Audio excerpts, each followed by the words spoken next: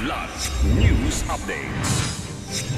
Mga balita ngayon, pagdami ng Chinese ships sa WPS Panakip Butas sa banggaan ng dalawang barko ayon sa National Maritime Council. DepEd at PNP nagpulong kaugnay ng mga ulat ng karahasan sa loob at labas ng paarala. Moro Islamic Liberation Front binawalang lumahok ang kanilang mga commanders sa mga unilateral decommissioning activities ng pamahalaan.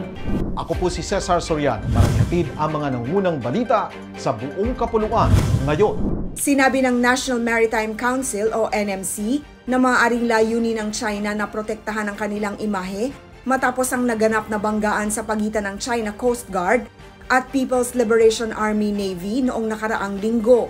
Ayon sa Philippine Navy, mula noong August 14, nag-deploy ang China ng 7 CCG vessels at 13 Chinese maritime militia ships sa Baho de Masinloc, habang ang Philippine Coast Guard o PCG ay may isang barko lamang na BRP Teresa Magbanwa.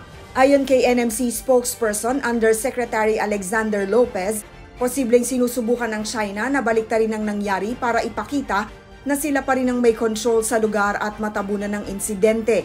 Naunang iniulat na nagbanggaan ng CCG vessel 3104 at PLA Navy Ship 164 habang sinusundan ng BRP Suluan 10.5 nautical miles mula sa Baho de Masinloc. Lubhang nasira ang harapang bahagi ng CCG vessel habang hindi pa kumpirmado ng China kung may namatay sa insidente. Nagpulong sina Education Secretary Sonny Angara at Philippine National Police o PNP Chief General Nicolas Torre III upang pag-usapan ng mga nakakaalarmang karahasan na naiulat sa loob at labas ng paaralan kamakailan. Ayon kay DepEd Secretary Angara, hiniling nila sa PNP ang pagpapaigting ng police visibility sa mga bisinidad ng paaralan at ang posibilidad ng capacity building para sa mga first responders sa mga barangay at paaralan. Layunin ng pagpupulong na matiyak ang kaligtasan ng mga mag-aaral at kawani. Nito lamang buwan nang namatay sa pamamaril ang isang guro sa Lanao del Sur. Isa ring estudyanteng mag-aaral sa Nueva Ecija ang nasawi ng barilin ng kanyang kasintahang kapwa estudyante na kalaunay binawian din ng buhay matapos magbaril sa sarili. Tiniyak naman ng PNP ang kanilang pakikipagtulungan para sa isang mas ligtas at mapayapang espasyo para sa pagkatuto.